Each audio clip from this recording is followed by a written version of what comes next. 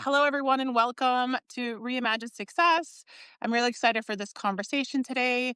I've got a really exciting guest that I want to tell you guys about. She's Dr. Samaiya Mushtaq. She's a psychiatrist. You may have seen some of her work on her Substack, The Middle Path. She's also been featured in the New York Times and in the Dallas Morning News. So today we are going to be talking about parental burnout, what it is, the signs, the symptoms, what parents are really experiencing, how to tell the difference between whether or not you're exhausted or burnt out. And we're going to get real about this conversation because I think there's still this kind of mantra about parenting that it's like the most amazing thing in the world. And in reality, Yeah. people are really suffering. I wrote last week and read in detail the U.S. Surgeon General report that is sounding the alarm on parental burnout and the exhaustion that people are experiencing. So we'll just start there. Do you feel like people are really aware about the struggles and experiences that parents are having? And what are your thoughts on the U.S. Surgeon General sounding the alarm? Yeah, definitely. I mean, I feel like a part of me is it's about time. I think a lot of people have known this for a while. A lot of individuals have been talking about it anecdotally. Mothers for so long, in particular, fathers too, but in particular, mothers have really led the way on this conversation around just how taxing this idea, especially in previous decades, about doing it all, leaning in, that how this is not sustainable. It was never viable. Mm. And the background machinery that enabled women to do it all was sort of kept under wraps. And now people are realizing that for the majority of Americans, doing it all is not possible, literally not possible, and has kind of led to burnout. There's a lot of systemic reasons that we can continue to go into in this conversation. But definitely, I think it's now being backed by science. The data is supporting it. And it's necessary to sort of lead a collective conversation so that people realize that burnout is not an individual issue, it's not an individual deficit. It's really part of systemic problems that are affecting parents, particularly in America. So I'm pleased to see that be part Mm. of the national conversation because I think it's exactly that, that hopefully will start to lead to meaningful policy changes that are really going to impact people individually. It just can't be done in the current system that we have. There really requires sort of collective change to see differences in burnout. Occasionally, I'll go into individual techniques that people can do, but with that kind of mindset that we're really working within a system that's just so challenging. 100%. So let's start with just like the definition of burnout. I've written about this a lot. The World Health Organization has identified burnout as an occupational phenomenon, and Yeah. they restrict it solely to the workplace. When I saw that, I was somewhat relieved that finally, at least it's been identified by the WHO as an issue, but then they just didn't go far enough. And then here we have the US Surgeon General report saying parental burnout is a serious issue. Tell me a little bit about like what is burnout from a medical diagnosis perspective, or how does someone know if they're just exhausted or they're burnt out? How do we figure that out?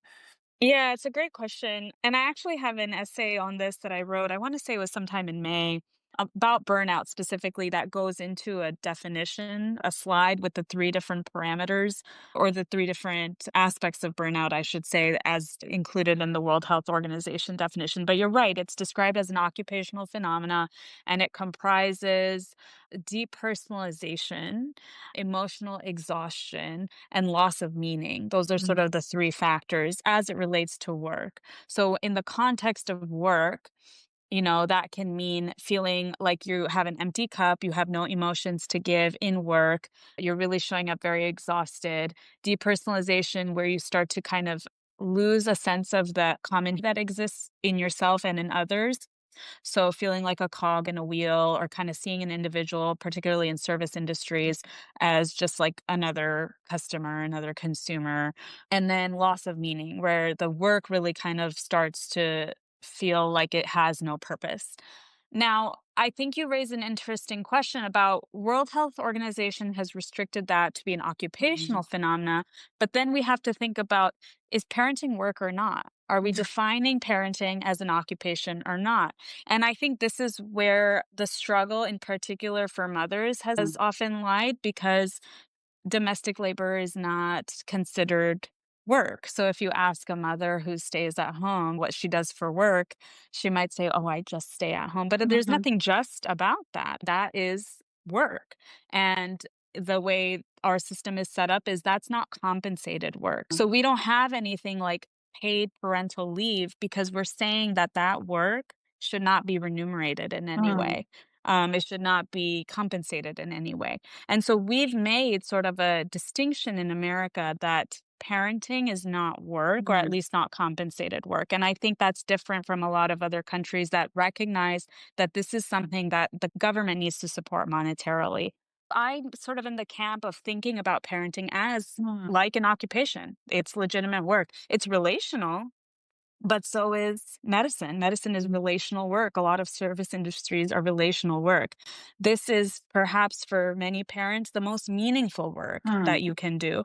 And to support that economically would mean things like subsidized childcare, paid leave, because it says that this is work and our government is going to support that work in ways that are not just lip service, but economic. So I'll pause there. But Yeah, that's interesting. yeah. I hadn't put it under that umbrella. So I mean, I love the way that you're thinking about it. So even though the WHO definition of burnout doesn't technically apply to parental burnout, if we identify parenting as work, then you could put it under that umbrella. At the Mhm. same time, there's research to say that, and one of the recommendations in the US Surgeon General's report is that there is a scientifically defensible way of identifying parental burnout as a standalone form of burnout. And there have been some attempts made to assess burnout within the realm of parenting as a standalone form of burnout. But Yeah. they're always going to have some similarities, right?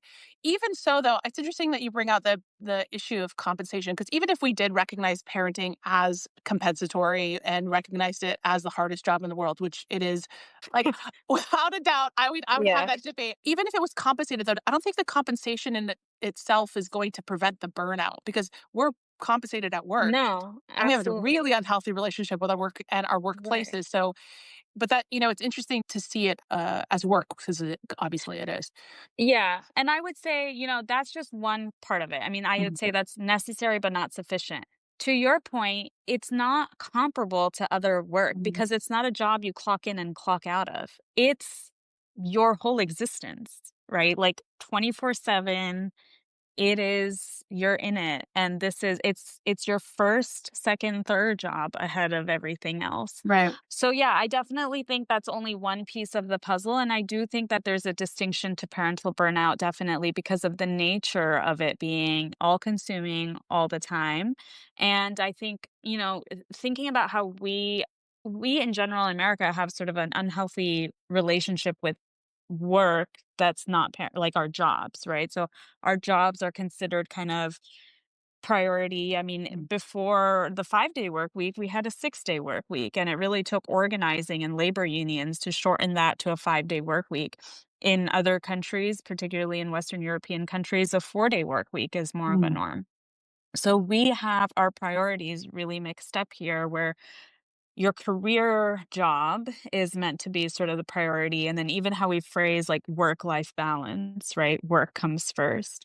And that's just so unnatural and atypical. And I think that's why it's kind of a challenge to sort of think about parenting burnout as distinct, but it is absolutely distinct because that's being made harder by our own relationship with our jobs. We're trying to fit parenting into our 9 to 5 rather Mhm. than the other way around, which is how it's done in most other places. Yeah, I think this is a great opportunity, and I talk about the myths of success, and one of those myths, there's 7 really insidious and pervasive truisms that people repeat on replay, and one of them is this work-life balance. A lot of people still think that they just have to set more boundaries, and they just have to Mhm. be able to say no more, and then their work-life balance is gonna magically happen, and, like, that's just not the case. But I Yeah. wanna get to being able to differentiate because this also happens in, like, work burnout as well. People really struggle to know the difference between just normal tiredness or normal exhaustion and burnout. Mhm. And if you're just joining us, I'm here with Dr. Samaiya. She's a clinical psychiatrist, a mental health advocate, the author of The Middle Path, and we are going to have an uncensored conversation about parental burnout. So, Dr. Samaya, just in your experience, what are the things that you hear or see people say that indicates to you that they've crossed the threshold of normal exhaustion and they're starting to move into the realms of burnout? How does someone figure that out?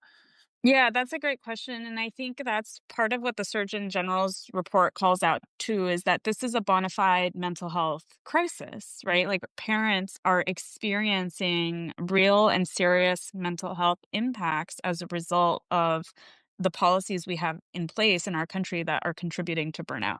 So, how I understand burnout and differentiate it, how it looks different and more concerning to me is I really liken burnout very similarly to depression. The symptoms really overlap. So, when you have someone experiencing major depressive disorder, right, one of the key symptoms is something called anhedonia, which is the inability to feel joy or pleasure, Mhm. almost like an emotional numbness, which is very similar to the emotional exhaustion of burnout. You can also have in depression, you can have all sorts of physical symptoms that are also similar to what you see in burnout, like difficulty with sleep, either sleeping too much or too little, low energy, inability to concentrate, even like a physical slowing down. Mhm. And so those are really things that I also see in burnout because you can see people struggling in all those ways as it relates to their job. So burnout to me is almost never self-contained. It can Mhm. stem occupationally, but it's going to trickle over into other components of life. Same as parenting burnout. It's not something that is so self-contained that you can experience it in Mhm. only the hours of, 5 to 7 p.m. during the witching hour, but then it's not trickling over the rest of the day. It's pervasive, just like depression. It starts to impact functioning in whether that is your day job, what have you. So, but the symptoms in short really look to me a lot like depression. In parents in particular, things that I notice when they're burnt out are feeling extremely short tempered, a very short fuse, quick to react, just friable. I describe it as like being friable, where you're just like on edge, Mhm. nerves are going off, the smallest things, might set you off. So you might yell at your child for something that seems really minor because it's not just that incident, it's that incident sitting on top of this mountain of fatigue, Mhm. frustration, burnout, irritation. But the most difficult thing, and I've experienced this too for myself, is when you start to lose the meaning, where Mhm. every day starts to feel like a grind. You're just trying to survive to bedtime. I've heard that phrase, I've said that Mhm. phrase, and that phrase repeated and sustained for me personally is a cue that I'm burnt out. And I've definitely said that myself. I've said that to my husband. So I can recognize those signs in myself when I'm really feeling irritable, resentful, or just not Mhm. able to emotionally engage. For Mhm. example, times where I've had my toddler daughter just in the thick of a tantrum and I can't find any emotional energy to engage, to level and, be at her level and give her a hug. That to me is the cue like, "Oh, I'm really burnt out. I Mm. have nothing left to pour from my cup." Absolutely. I think that too, and this is the case with work burnout as well, right? Like the inability to find joy on a reoccurring, consistent basis, numbness, cynicism, that sense of like resentment, again, on a perpetual basis. Like we're all going to experience it on a regular basis. 41% of parents, according to the US Surgeon General report, indicated Mhm. not being able to function throughout the day. I think we just need to finally accept that the large majority of parents are burned out. We're Yeah. experiencing exhaustion, numbness, and an inability to self-regulate, an inability to find joy. That's almost 50% of parents. Like it Mhm. is so one of the things that I also really am passionate about when it comes to burnout is that we just stop pretending. I know you talked about this too in a recent article too, which is like the effects of social media and the Yeah. age we're in, where part of the additional pressure is this false reality that other people have it first. Absolutely. So tell us a little bit about how does that compound this issue, and what do we need to do differently when it comes to our perceptions of whether or not we're managing as a parent? Because there's a lot of pressure and guilt we see from social, but there's also a lot of self-inflicted pressure and guilt as well. Yeah, absolutely. I mean, I totally agree with you. I've written about it, like you mentioned. Disappointment is expectations minus reality. So Mm. it's the gap that exists between what you expect and what actually is happening. And I think this is where social media has contributed to the problem by elevating expectations. I Mm. mean, and that's the nature of what it's supposed to do, right? It's supposed to present something curated, something inspires you to purchase something or to give it your attention. Like that's reason for its existence. So I think we have to understand that social media is meant to pique our attention or to get us to spend Mm. dollars. It's modern day marketing. Now, what it does is elevate our expectations for what we think parenting should look like. I mean, you have parenting influencers whose job is to, show a curated childhood, to show like over Mhm. the top birthdays or to depict like a really spotless house. And so that starts to, whether it's conscious or not, that starts to seep into your psyche as far as what you think unconsciously the expectations of parenting look like. Or it'll be, even if it's not like visual or consumerist, it'll be things like optimizing, right? The schedule of Mm, a mother who does it all, whose kids are like in four sports, who's working full time and is able to cook an amazing meal after. The expectations start to climb. That's the insidious nature of social media, is that even those quick scrolls can start to impact how you think your own life should look. There's actually a cognitive distortion called should statements where mm, you're benchmarking yourself against should. And that's a driver of anxiety and of depression. And mm, so, one of the ways to mitigate that is to minimize those should statements. mm. So, I think that's kind of the, how social media compounds things is by elevating expectations so that the disappointment ends up being greater. I think that's a really practical mental framework too, is if you find yourself saying, I should be doing this and I should be doing this, and why am I not doing this or why am I struggling to do this? That's an indication that, where are those expectations coming from and how do you meet them in a reality that makes sense for you. That's, I think, a great piece of feedback. Let's talk a little bit about self-inflicted pressure. And I want to just touch on something else that you said, which is that the distance between expectations and reality. I think a lot of times we as parents, especially if you're new parent, first time parent, you don't really know what to expect. Now, I have Mhm. 4 kids. I have two Mhm. sets of two. So I had 2 kids in my Mm. 20s and 2 kids in my late 30s. And so Mm. my first set are grown. I just took my eldest to university. And now I have Congratulations. two little ones. And my stress around parenting is like, I mean, obviously I'm stressed because I'm tired, I'm fatigued, all this, but I'm not worried about like the stages because I've lived them already. And so Mhm. people are like, oh, it goes really fast. I was like, I know because I have 2 big ones. Like Yeah. there's like a sense of this reassurance that I know what's normal, what's not normal. I'm in a unique situation where I have 2 older ones I've kind of raised already, and I'm starting over with little ones. I find that to be one of the hardest things is like, am I doing it right? Am I Mhm. messing my kids up? You know, I used to tell my kids, if I screw you up, I'll pay for your therapy because I'm a huge advocate of therapy because it is a social experiment. Like, we don't know how to Yeah. do it. So, how do we figure that out? Because I feel like that's a huge source of, I know it's a big question, but I feel like it's a huge source along with social media is like these unrealistic expectations of what it means to be a child and the different Yeah. stages of childhood. Yep, absolutely. I mean, so I've got 2. They're both little. They're almost 4 and 2 in a couple months. And I remember even the difference between number 1 and number 2. So my first child threw me for a complete loop for that exact reason, because there's no manual. Mm, Every kid is different, every parent is different. Your personality, your kid's personality, your life situation, all of those things inform your own unique parent-child relationship. And you are learning a new person. When mm, that baby comes home, you are learning a brand new person. You are figuring out a brand new relationship. I actually take issue with the idea even that you're supposed to feel blind love mhm, and just euphoria right away. I think it's so normal to feel like you're stumbling and that you might not feel the attachment immediate.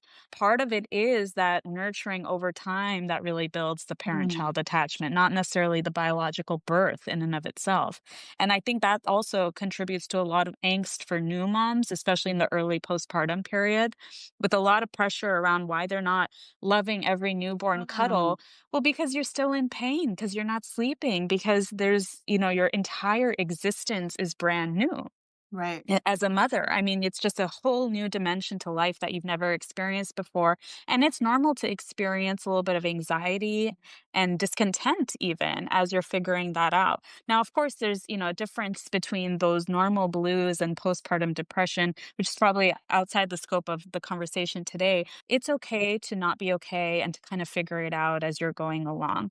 And so for me, I definitely experienced that myself between 1 and 2, because 1 threw me for a complete loop. I had no idea what I was doing. I felt overwhelmed. And then I Mm, had this added pressure about why I'm overwhelmed when all these other moms look like they have it Mm. together and they're doing it just fine. But you never know what's going on in someone else's life, in their own home, in their psyche, in their mind. That's why I think these conversations are so important so that you can get a window into how other people experience the same things that you have and that you've just struggled to verbalize. So I hope that answers your question. I'll just share my own personal experience. My first one was a little different. It was really easy. Like, my first, it was like, oh, I can do this. This is a, like no piece of cake. And then my Yeah. second one was really, really difficult. So I actually thought there was something wrong with me because I was like, wait, I could Mm, do this with number one. Why can't I do this with number mhm, two? And mhm. again, like you said, you're different. Your circumstances are different. The child is different. No cookie cutter way. And Yeah. your circumstances are constantly evolving. But I love what you said. Think about it like an evolving relationship. And so Mhm, when you're building a relationship, even with a child, it's going to take time and it's going to require, and it's an evolution. I think the other interesting thing is we put so much emphasis on those early childhood years, so the 0 to mhm. 12. And in Yeah. reality, one of the things that I realized, and I think this is part of my process of also having older kids and a set of younger kids, is that we're actually parents to our children longer when they're adults than Mm, when they're young. One of the things that's helped me is recognizing that you will parent your children as young adults and adults for a longer period of time than you parent them as children. mhm. That really helped me put things in perspective, like this 0 to 5 or 5 to 12, which can be really tough.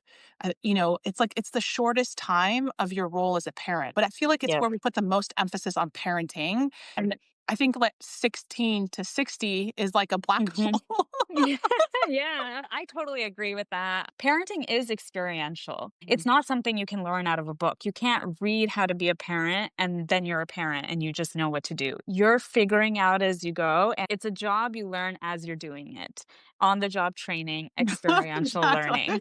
And sometimes folks will ask me what they think I should do about an 8-year-old or a 10-year-old, and I'll tell them I could probably give you my thoughts as a psychiatrist, but I can't necessarily give you my thoughts about what I would do as a parent because I don't have an 8-year-old or a 10-year-old. And I Mhm. don't know until I'm in that same situation what I would do or what I am doing. But I can give you my thoughts just from my psych background, but not as a parenting Mhm. background. I totally agree with you without having been there myself in terms of having kids that are older. I totally agree with you on that. And it was a shift that I realized I was putting a lot of pressure on myself in those early years. It actually ended up changing my career path too. I Mhm. went part-time after my first. And I realized it was not a good balance for me. I ended up going back full time after my second, with my plan being that I want to actually invest a little bit more in my career now when my kids are younger and then dial back when they're older. Some people do it the opposite. Mhm. They'll do, dial back when the kids are young because that's when the physical demands are so high, and then dial back up when the kids are older. But my view is the physical demands for me personally, I feel like I can leverage more support on. Mhm. The emotional demands that I anticipate will come up when my kids are older is where I really want to be the front line Mhm. for. So that's where I could really see. And I think that's for me personally and my nature, that's where I think I would thrive Mhm. more. I hope I will thrive more as a parent. But that's where I really see myself as wanting to be much more involved and engaged more. I don't think there's any right way to do it. Yeah. That's just my personal thoughts on what I want for my own parenting journey. But I see that being the case because I think people see those early years as magical, but also really Mhm. physically taxing. I have just that long game parenting view of Mhm. my child is 3, almost 4 now, but I'm raising somebody who's going to be an adult later. Mhm. And I almost think of it, perhaps morbidly, as a job of planned obsolescence. I'm raising somebody to be functional without me down the Yeah. line. And so Yeah. instilling in them the values to navigate the world as an adult, that starts now. Um, so I mean that's I totally agree with you on that. I really think we kind of lose sight of that when we're in the thick of it in the early years, but there's just and I for some people that might raise the pressure, but I actually think it should lower the pressure in the Mhm. sense that These years, they're important, but they're not the ultimate foundation of parenting, if you will. You can reverse anything that you're doing now. Can I just stop you, doctor? Yeah. Let's just take a second on that because I think the narrative is different. Like 0 to 2, 0 to 5 is Mhm. the foundation of everything. And I'm not Mhm. dismissing any of those early years, but like it's, everything is the fact that you just said like you can reverse or repair. Now, assuming we're not talking about like major trauma that could be Yeah. long lasting, but like normal parenting challenges, they're not going to fundamentally change the course of your child if you screw up. I just came back from a 4-day work trip in Doha and I have a 10-month Mhm. old. And, I can't tell you, and we get this all the time, like, who's Yeah. watching your kids? Like, Yeah. who's taking care of Yeah. your kids? It's like Yeah. all the other people in my life that he has, Yeah. that's who's watching. But it's like, Yeah. I'm not going to mess him up because I'm gone for 4 days. So Yeah. I think it's just that self inflicted pressure or the narrative that those first few years are so critical that we don't allow ourselves to think that we can recover from them if we've made decisions. Yeah, absolutely. I mean, I think part of it is therapy language ends up making its way into the public discourse. So nowadays, I'm hearing a lot about attachment Mhm. wounds, and that Mhm. sort of thing. That's kind of become the new language that's made its way in. So I think people are very hyper aware of, almost hyper vigilant about creating an attachment injury. Especially as a psychiatrist, I look at patterns, not individual incidents. So an Mhm. individual 4-day trip is not going to damage your child. 4 months, 4 years of absence potentially, yes, but, again, like, it's not like there haven't ever been children who were separated from their mothers because of war. Yes, there is a potential for trauma, there is the potential for attachment injury, but I think for the majority of people in America who are living in a stable country for the most part, as far as, like, by and large, if we're not in conditions of, like, say, what's going on in Palestine, and those people are also surviving, though there's still children being had, there's still parents that are nurturing their children, and so I also think it's helpful to kinda keep that perspective too, but definitely, I think sometimes we overcompensate, we overworry. I've actually described this as autoimmune parenting, where because we're not occupied anymore with, like, catastrophic injury, we create new things to catastrophize over. So we don't need to catastrophize over a 4-day trip because the rest of the time to make up Mhm. for that, and that one incident is not going to set your child on a path of like total and utter destruction, which is the worry that a lot of parents have these days. I think there's a lot of heightened anxiety around doing one or two things wrong, and we're really looking at bigger patterns, not individual incidents. Thank you so much so far. If it's a pattern, a reoccurring, continuous stress that compounds over time, that's something to worry about. But one offs here and there, that's not going to be catastrophic for your children. So Yeah. I work with a lot of high achieving working moms. And one of the questions I get all the time, and I'd love to hear your thoughts on it too, is how do I and when do I have children and manage my career? My answer to that is always have them when you want them. I love your example where you had two young and you've decided to go stay full force in your career and then you're going to possibly work part-time later. I had two in my early 20s, early in my career. I just had two later in my career as a very established professional. Whether you have them young, have them older, have them and work full-time, have them and work part-time, have them and stay home, every scenario is hard. So just Yep. like pick your hard because Yep. it's all hard. So don't delay what you want for some mythical time when it's going to be perfect to have kids because that myth doesn't exist. I'd love to hear your thoughts, just advice for a working mom with two kids, and we talked about it earlier, work-life balance does not exist. If you're talking to young women, professionals, and parents questioning whether or not and when they should have kids and how they navigate it all, what's your advice? What's your counsel that you give them? Yeah, it's a good question. So it's so tough. I think because we have become such like an optimizing culture, in part again, kind of going back to social media and just our self-imposed perfectionism. We're always reading reviews, Mhm. FOMO. We want everything to be perfect and as convenient as possible. Mhm. And parenting completely upends that whole expectation. But I think up until you become a parent, you're sort of trying to optimize for that of when is the perfect time to do it. And I totally agree with you that there's no perfect time to turn your life upside down. You just do it whenever, you know, like you just turn it upside down. Mhm. And then you figure out a new system. So I think you really have to go into it with the mindset of like, you really don't know till you're in it. And there's going to be a Mhm. system reset once you become a parent.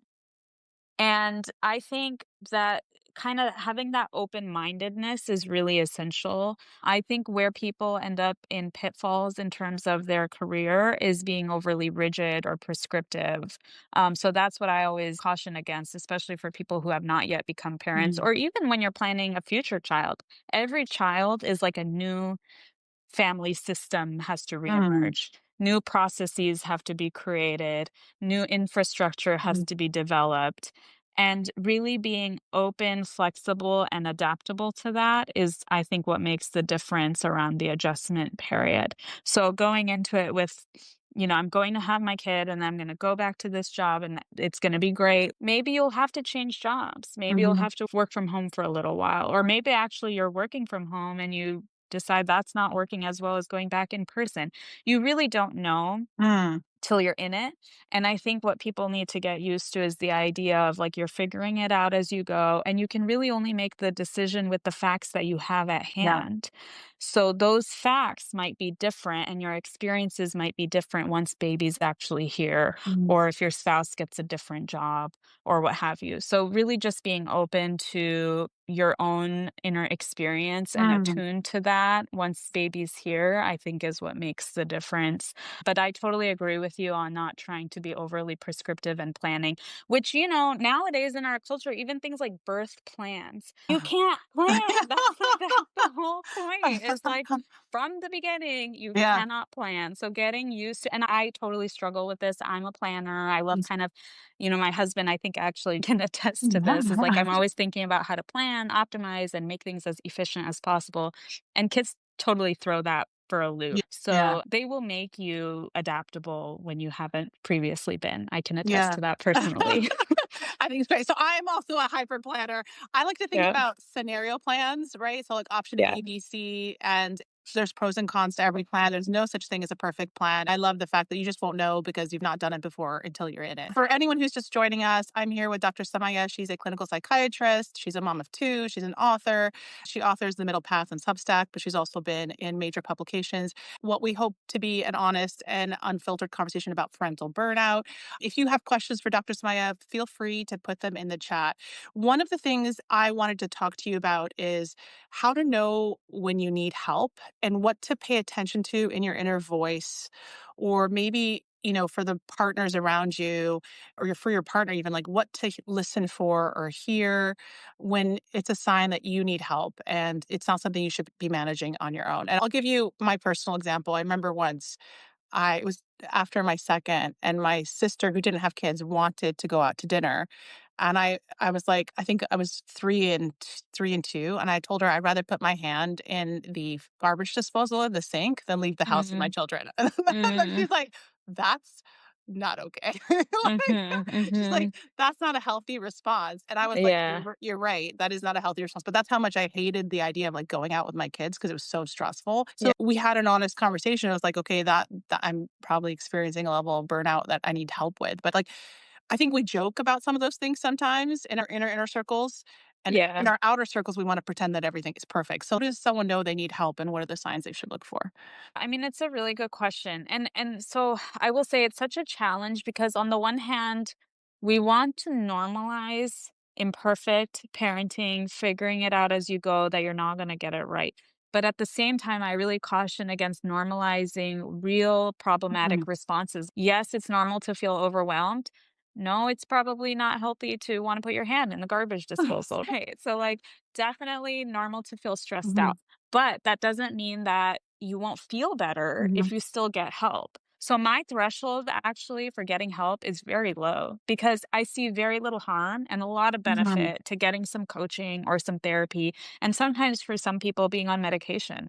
Mhm. I know plenty of mothers who've been on antidepressant medication or anti-anxiety medication for some years in those early years because it really Mhm. necessitated that. I mean, it was at the point where the anxiety was resulting in yelling every day. And again, we're Mhm. talking about patterns, right? That's no longer incidental. That's not one-off kind Mhm. of I messed up as a parent and I yelled at my kid. That's every day I'm on edge and snapping at him. Mhm. That becomes a pattern. So I'm really looking at things like how frequently are you having having troublesome interactions with your kids, and how pervasive is it? Like it's spilling over into other things. But again, my threshold's really low.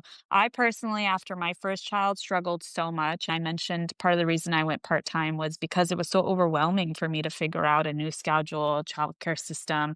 I really struggled. Mhm. And so I went back to therapy. I'd previously been in therapy before I was married, and I went back to therapy after my first because I found the transition so overwhelming. And whether or not that's normal doesn't actually matter in terms of like relative to what every other Mhm. parent is doing. I personally was not feeling my best. I personally was feeling like this wasn't where I wanted to be. So Mhm. that was really enough of a reason for me to connect with a therapist and be like, hey, I really want to unpack why I'm having so many challenges and how can I kind of start to feel better. So I think having that self awareness to recognize that you're not where you want to be and that's sustained, that's happening often. I think partners can really be helpful here too, Mhm. in terms of starting to point out, like, "Hey, you really lost your cool at the Mhm. kids, like, what was going on?" Or, "Hey, you really haven't been engaging with them, like, let's just talk about it."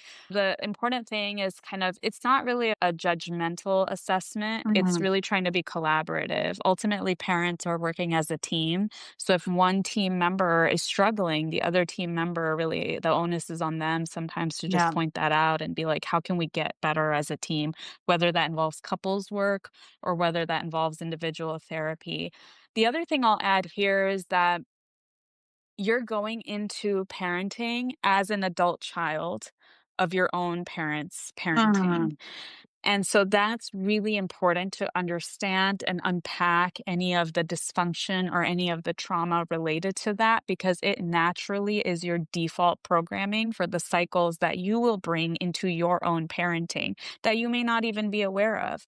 So you might not be aware of how you're, connecting with your child the way that your parent connected Mhm. with you and that may not be the healthiest way to connect. I see this a lot with sometimes it's overcompensating. It's like swinging the Mhm. pendulum in the Mhm. opposite direction, right? So if you had really authoritarian parents that were really high pressure, really demanding, you might swing the pendulum really opposite in terms of being too permissive and too lax. Or you might repeat the same cycle. Mhm. So it's really recognizing that you're not parenting in a vacuum. You're parenting based on at least the blueprint that you have from your own experience as a child. And you need to recognize whether that's a cycle you want to intentionally Mhm. repeat or one that you want to shift away from. And if so, how? And what's this correct sweet spot for you and your family? It made me think of, we often recommend premarital therapy for couples, and we need pre-parenting therapy. You should add that to your service. Like, before you have a child, like, how do you heal as much as you can your own Yeah. parenting or childhood trauma and experience? Yeah. You intentionally don't repeat those patterns with your own children. And like you said, parenting or becoming a parent is probably one of the most significant life events that's going to change your entire existence. And having some work done on yourself or doing some work on yourself before you get into that is extremely powerful. So that's absolutely right. I want to talk a little bit about, and again, I'm here with Dr. Samaiya. We're talking about parental burnout. I want to talk about the health of the family when the mother or the father are struggling, because that's something that the US Surgeon General report talked about, which is that, and part of the reason why they sounded the alarm on parental burnout because of the implications on the family. Parental burnout actually can lead to significant harm on the child and the family unit as a whole, which is a significant risk in and of itself. So, can you just talk a little bit about when you take care of yourself, what you're really doing, especially as a parent, is you are taking care of your family unit because if you struggle, the family struggles. They say that the healthiest thing you could do for your child is make sure that the mother is healthy. So, just your thoughts on the relationship between parental burnout, the health of family, health of the child, and how it all connects. Yeah, 100%. Absolutely agree on this. Like, you definitely, as a mother, need to prioritize yourself. I think that's probably, especially culturally, I Mm. will say, I think there's a huge misconception in our culture about mothers being eternally sacrificial, almost martyrs. And that is not a model that's sustainable because you can't have a mother who's completely lost and empty because it will show up in the child. You will see that disengagement and that disconnect start to develop from a mom who's burnt out, overly fatigued, because you lose that that compassion, you lose Mhm. that empathy. All of that requires what I call emotional capital. You Mhm. need to have a store of emotional energy to be able to parent, especially, I mean, young or old kids, Mhm. honestly, because the young kids have so many physical needs. They constantly need mom. And then the older kids are figuring out the world and their own interpersonal dynamics. All of that requires a large degree of Mhm. emotional labor, and a lot of that emotional labor ends up falling on the mother. And Mhm. so the mother has to be able to emotionally recharge to be able to pour into those kids emotionally. It's not an endless supply, it needs Mhm. to be replenished. And that's normal. We overestimate the amount of biological abilities that Mhm. moms have without recognizing that replenishing need. It's completely natural for moms to need that. And so to find a way, ideally preventatively, to restore that. The pitfall I see often is that moms end up approaching that very reactively. Mhm. They wait too long, they're completely burnt out, and then they might do something to restore. But it really has to be a preventative routine, sort of ritual, self care kind of habit that develops so that Mhm. you're not even reaching that threshold and then reacting. You're kind of restoring regularly so that you can regularly parent in the way that you want to parent. So there's nothing selfish about that. It's Mhm. just an essential need, an essential function. The other thing I will say is that I've seen too many times where the response a partner might give is for the mother to cut back at work because Mhm. that will solve all the problems. Like, you're burnt out because you're trying to do too much, you're trying to work 100% full time and then also parent, and if you just cut back at work, it'll make the Mhm. family's life easier. But that's not necessarily the solution because stay-at-home mothers also experience a lot of burnout. And so really the way we parent in America is so individualistic that we've sort of lost the need for having communal infrastructure. It's natural for kids to be away from their moms and spend time with other kids, and mom to be a base. Just because you're a stay at home parent doesn't mean that you actually physically have to be around your child 24/7. It's natural and normal for moms and children to develop over time more and more separation, and for child to see mom as an anchor and as a home Mhm. base, not as like Velcro parent indefinitely and forever. That's a recipe for burnout. So I think that's really important to recognize because sometimes I think we put too much pressure on like the time spent without recognizing that's really the quality of the time, not the quantity of the time. Yeah, I mean, there's so much that you've said in that short time that we've been chatting that I think are so important. And that one I just want to like put on a billboard and Mhm. like, like it's the quality, not the quantity. Again, I think like in my experience, I was living on an airplane with my first two. And I remember Mhm. once my daughter was like 6 or 7 and someone asked her, "Where do you live?" She's like, "I don't know, wherever my mom is." But she was Mhm. articulating that anchoring, and I had Yeah. to build this infrastructure of support. I think I was able to do it and cobble it together when I was really young. I figured out the formula. You talked about that too, that infrastructure of support around you, because we are in an individual society. And I didn't have the family support. I had to pay my way through it or outsource it. Mhm. And it's very Mhm. expensive, obviously, especially early in your career. And it's not something that everyone can afford. But there is a way of doing that. And it's not necessarily that you to be there every living second of your child's life. That separation is natural. I think that's really, really Mhm. important message. Because we do, like, even when I said this earlier, I said I was gone for 4 days. I have a 10-month-old. So outside of the first question, which is who's taking care of your child, the second question is, how do you deal with the mom guilt? And I'm like, he'll be okay. Like, I'm not Yeah. messing him up. So, like, even if support that we are guilting ourselves, right? But yeah, so I think that's And really. can it really is empowering for fathers to recognize how critical and crucial their Mhm. own role is. I think it does a disservice to men when we actually overemphasize parenting as a mother's responsibility only, because it disenfranchises men from their role. And their role is so crucial. Their role also is Mhm. correlated with so many outcomes for children. There's no reason that we should normalize that fathers are somehow inadequate as Mhm. parents or less competent or incapable as Mhm. parents. It's just such a disservice, I think, to the father child bond, which is also really integral. Thank you so much. Again, I just want to thank you for your work, for your advocacy, for everything that you do. For everyone that's been on this call, if you don't follow Dr. Samaiya, make sure you do on Substack.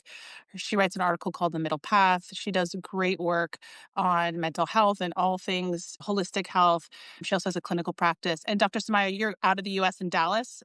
Yeah, that's Yeah. correct. For Yeah. those of you in the Dallas area, you get the benefit of in your neighborhood. If you have any other final thoughts, questions, what do you want to leave the audience with when it comes to parental burnout? What are your Yeah. final thoughts? Yeah. Oh gosh, so many final thoughts. I mean, first of all, I just really want to thank you, Nabila, for the opportunity to have this conversation. I will say, just give grace. Parenting is a marathon. It's not a Mhm. sprint. It's the single biggest life altering journey. And it's one of your only relationships that is truly lifelong and irreversible, irrevocable. Really, no other relationship, I Mhm. think, has that uniqueness. And so give yourself grace, take it one day at a time, and recognize that you're in it for the long haul, a whole lifelong relationship, hopefully to thrive in and to enjoy. It's a journey. Thank you so much, Dr. Samaya. Thank you for the conversation. Thank you for everyone who does.